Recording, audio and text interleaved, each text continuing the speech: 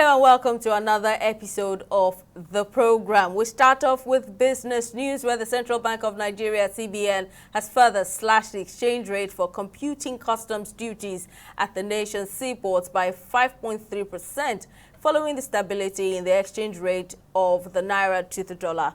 According to information obtained from the official trade portal of the Nigeria Customs Service, the customs FX duty rate was reviewed downward from 1,630 naira per dollar to 1,554 naira per dollar on Monday, March 4, 2024. And this represents a 5.3% reduction when compared to the old rate of 1,630 naira per dollar used as of March 2nd, 2024, and a decrease of 86 naira a dollar needed to clear goods from the port.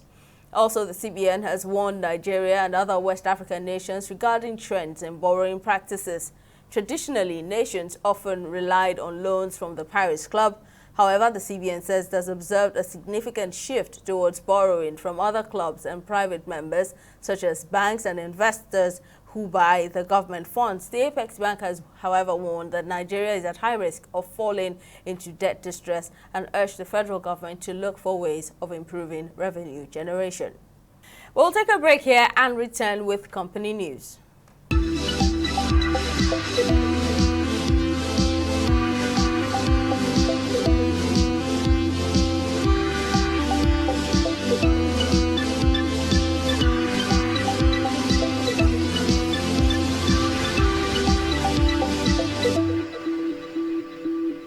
Welcome back. Now, the African Export-Import Bank, Afreximbank, has been ranked number 1 in all 3 categories in the Bloomberg Capital Markets League Tables report for African capital markets. Afreximbank also ranked as the number 1 mandated lead arranger, book runner, and administrative agent for Sub-Saharan Africa borrower loans.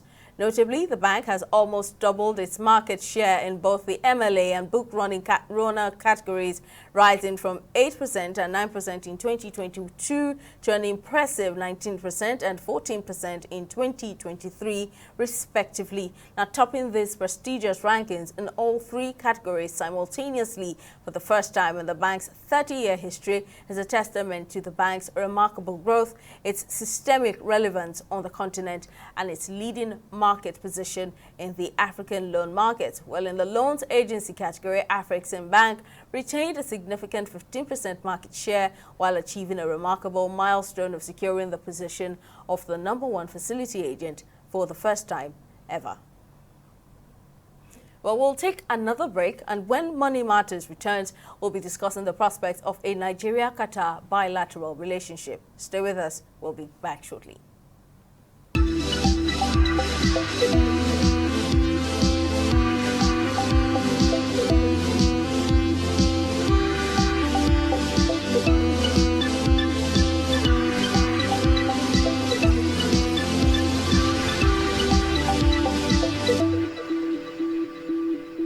Welcome back. Now, since establishing diplomatic ties in 2010, Nigeria and Qatar have actively pursued closer economic collaboration.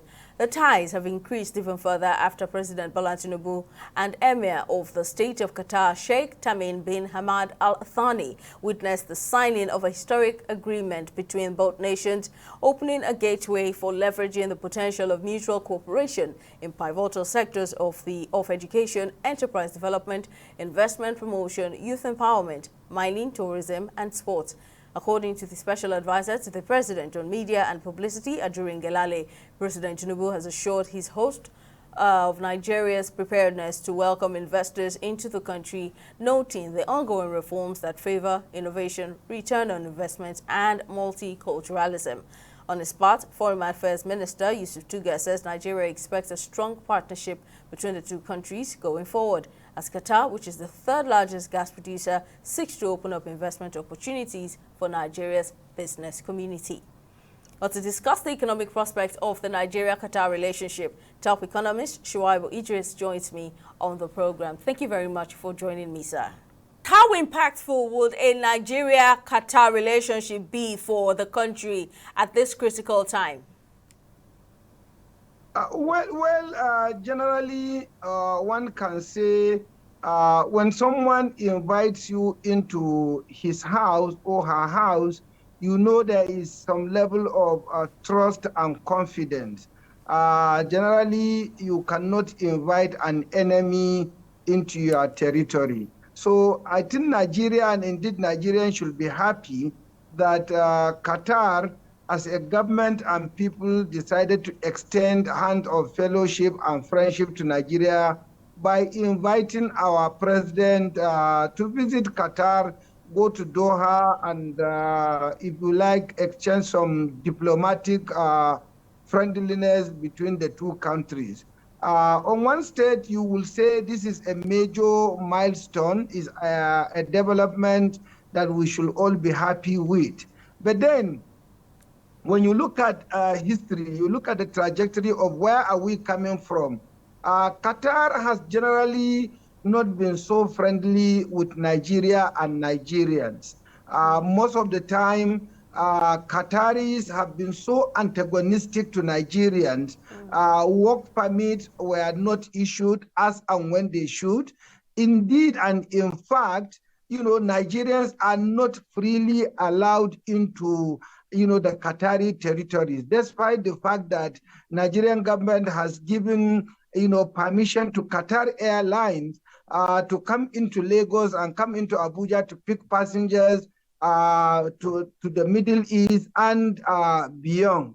I personally had a nasty experience. I was traveling to Saudi Arabia in a business class, and I was entitled to be given a hotel room in Doha City. But for the simple fact that I hold Nigerian passport, I was not allowed to be taken in because I'm a Nigerian. Such kinds of diplomatic nuances need to have been discussed by President Bola Ahmed Tinubu so that Nigerians, and indeed Nigeria, must not be treated with some level of levity and a bit of disdain.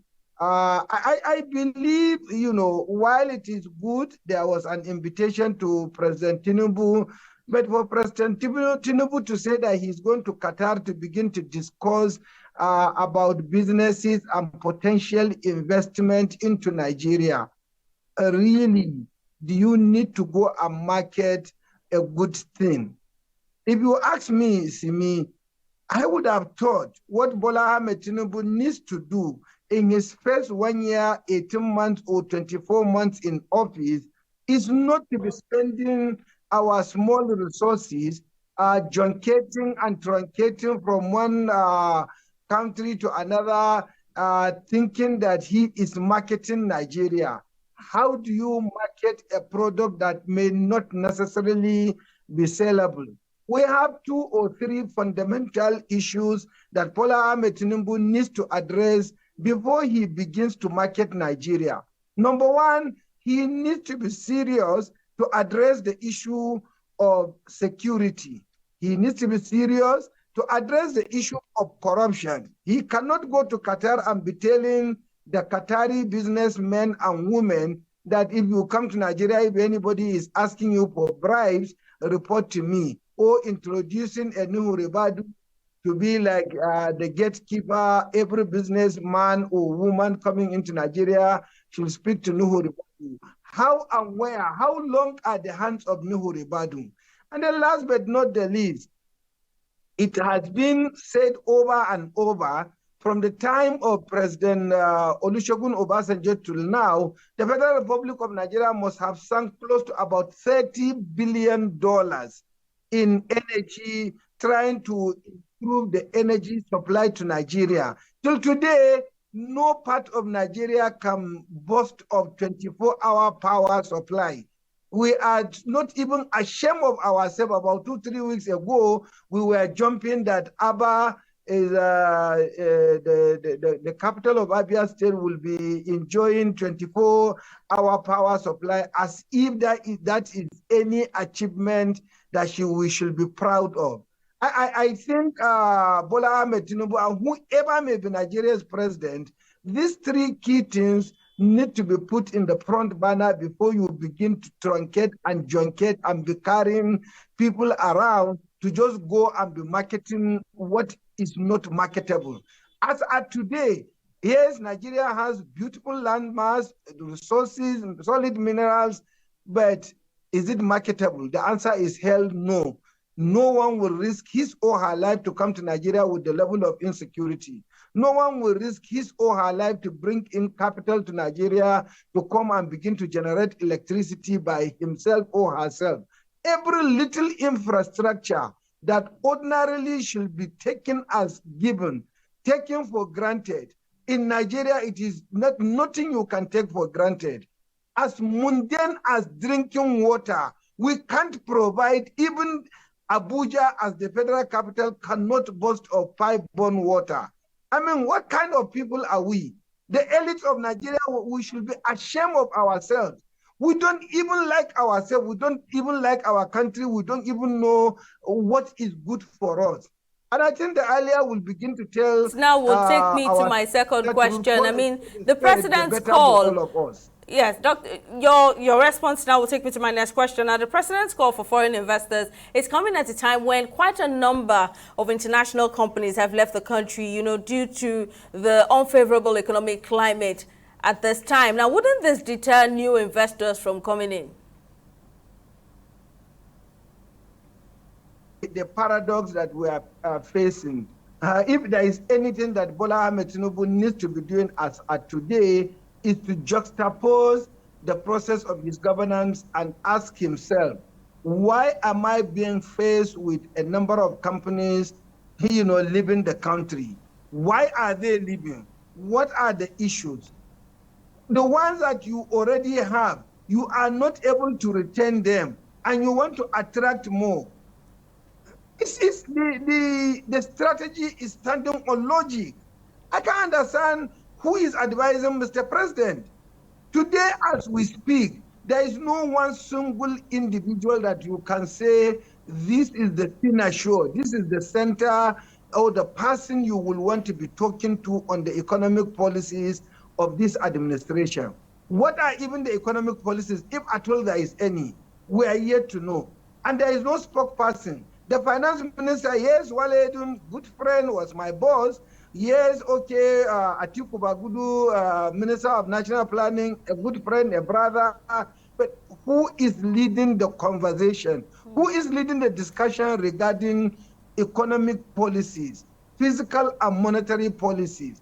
Yes, okay, President Tinubu decided to have what he calls a tripartite committee of experts to be advising him. The people that he has enlisted in that committee, what time do they have? These are guys that are running their private businesses, mostly are too busy running their business empires. How much time do they have to be able to give to Nigeria? And even the few those in government, you put a governor, you put a minister, what time do they have? I mean, I think the earlier we take governance serious, the better, because we are treating governance as if it is a tea party. Governance is not tea party. Governance is serious affair. We are expecting that Bola Ahmed Tinubu should have come in much more prepared, and we would have been seeing much more, rigorous process of government, much more, tenacious interrogation of issues, and then making sure that whatever policies that he wants to implement, it should have been sourced out through from beginning to the end, the consequences, the potential damages, and a kind of restitution, a kind of succor. You want to remove fuel subsidy. Every one of us supported that we should remove fuel subsidy. But before you take such action, shouldn't you have thought the consequences? We are in a democratic dispensation. Even the military appears to be better than the politicians. When Babangida wanted to remove fuel subsidy, what did he do? He came out with federal urban mass transit scheme. There were a number of palliatives that came in. But Bola Ahmed Tinubu came in and pronounced, I have removed subsidy. Is that the best way to govern Nigerians? People went out, rain, sunshine, dust, dusty weather, everything to vote for you, and all you can do is to unleash this kind of harrowing life experiences in Nigeria. We are now facing starvation. This is callous. This is serious. People are now, like mad men and women. Trucks loaded with foodstuff are being stopped by the road and being ransacked, and people are ravaging on goods in transit in a truck. This we have never experienced in the history of this country, of its 65 years history. I mean, we are really, really at a brink. And if care is not taken, we might witness some unpleasant and unpalatable experiences in Nigeria. Well, the president had already said that the federal government has set the minds of Nigerians on the possible removal or on the inevitable removal of fuel subsidy. But let me go to my third question. A very significant area which the president touched on during his Qatar visit is the menace of bribery. The president categorically told the Qatar government that not to offer bribes, and that officials who request bribes should be reported to him, like you had earlier acknowledged. Now, some people have found that offensive, saying that the president did not sell Nigeria properly. Well, what do you make of this line of thought? Like I did say, it's not a question of selling Nigeria appropriately. What we need to do, and what Bola Ahmed Tinubu needs to do, is to do a thorough search and a thorough check and a thorough interrogation on why are companies closing down and leaving Nigeria. And if indeed we are able to know why they are leaving the country, then we can begin to make amend and say, how do we save the situation so that no more additional companies leaving Nigeria? And then we have a saying in investment banking parlance: capital is said to be a citizen of any country. It goes into a country that it appears to be welcome. So if we make our environment conducive to attract foreign direct investment, why wouldn't investors come in to invest in Nigeria? So you go out to begin to sell Nigeria, and you are selling Nigeria at a point and at a time when Nigeria is not a sellable commodity. How do you attract foreign direct investment? And there were close to about 50, 70 people that accompanied President Tinubu to Qatar. We're talking of reduction in cost of governance. Does he really need 30, 20, or 40 people to accompany him? I mean, we tend to be doing things without shame and without fear, without even thinking of the consequences. If we were to cost this trip, it must have cost Nigeria minimum $1 million. $1 million is 1.7 billion naira. How many people will we give pipe borne water with 1.7 million naira? I mean, so these are things that we need to always juxtapose and say, what do we need to do? How do we need to do? So that we need to be careful, so that people don't take us for granted. People don't laugh at us because we are doing laughable things. I was also going to ask what you make of the government's efforts to attract foreign direct investment, and what else can this administration do to bolster confidence in the Nigerian economy and improve investment flows? There are about 3-4 things that we need to do. Number one, address the issue of insecurity. Once there is security in the land, people can be free to come in and go out. They will not be molested. You will certainly see a boost, even by local entrepreneurs. Right now, we have farmers not able to go to the farm. If I am a Qatari and I need to use agricultural landmass of Nigeria to grow legumes, for example, and there is no peace in Nigeria, why will I come to Nigeria? Number two, we talk about corruption. The fact that Bola Ahmed Tinubu is speaking about corruption in Qatar, it shows the level of, desire he has, in addressing the subject matter. but is talking to Nuhu Ribadu, National Security Advisor, who has jurisdiction of investment issues not under him. Is it the best that can happen? No, no, certainly no. We need to address the issue of electricity. Energy is an issue. President Obasanjo spent over $18 billion on our energy. Nothing has changed. Muhammad Buhari came for 8 years. He couldn't even repair one refinery. This is a gentleman that was 30 years ago, 40 years ago, Minister of Petroleum Resources during the era of the military regime. He comes back as president, civilian president, and holding the portfolio of energy. He still couldn't even repair, talk less of doing another refinery. And because we lack shame, he even went to commission a private refinery. It bleeds my heart. And then I keep saying, make the environment conducive. Once you make the environment conducive and there is potential gains, you don't need to invite investors. Investors will look for you and they will come in to invest. That is what we need to do. Yes, I'm not saying don't market, but is it the right time to market? Certainly no. You need to make your house, in order, get it in order before you begin to market. But then this marketing thing is coming at a time when the country is in dire need of FX, is in dire need of revenue. So is it really of anything similar?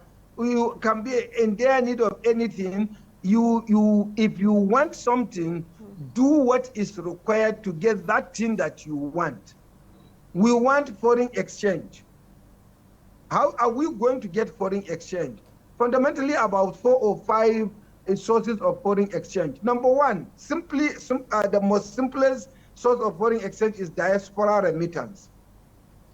Is it coming? Is it not? If it is not, why is it not coming? Number two, our economic activities that we are able to export. What quantity of crude oil are we exporting? What quantity of agricultural commodities are we exporting? What quantity of solid minerals are we exporting? And if we are not exporting much, why are we not exporting much? Why can't we, for example, wake up and sit down and say how much lithium, how much coal, how much zinc, gold, and other solid minerals that God has blessed us with, why can't we get companies that will come, mine them, process them locally? Why are we not processing ginger locally? Why are we exporting raw cashew nut, sesame seed, and other agricultural produce? This is the third source of foreign exchange. We need to look at foreign direct investment, whether direct investment as in manufacturing sector, agricultural sector, or solid mineral sector. And then we might look at the portfolio investors coming in to invest in the stock market. That's a fourth source of foreign, foreign exchange to the country. Last but not the least are debts, grants, and other multilateral related relationships. Those are the ones that will have helped, Nigeria to be sourcing foreign exchange. So we need to look at all these sources and see how best we want to harness the sources. Other than that, we are not going to get much and the much needed foreign investment or foreign exchange that we need to be selling to people, and that will stabilize the Naira. These are what Bola Ahmed Tinubu should have thought of before the pronouncement of the merger of the two rates. If the supply side is not addressed, you are also not addressing the demand side of the foreign exchange. How and where will you be able to manage, a floating exchange rate? It's a catastrophe. It's near impossible. We are now facing not just a galloping inflation, but an extraordinary inflationary environment.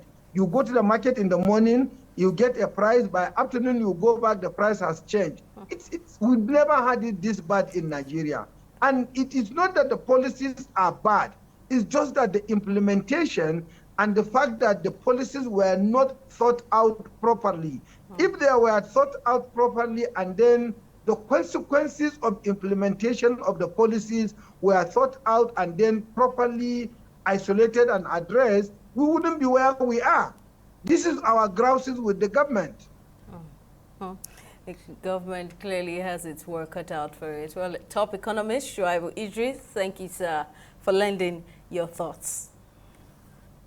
And that's it on this episode of the program. Thank you for watching. See you next time.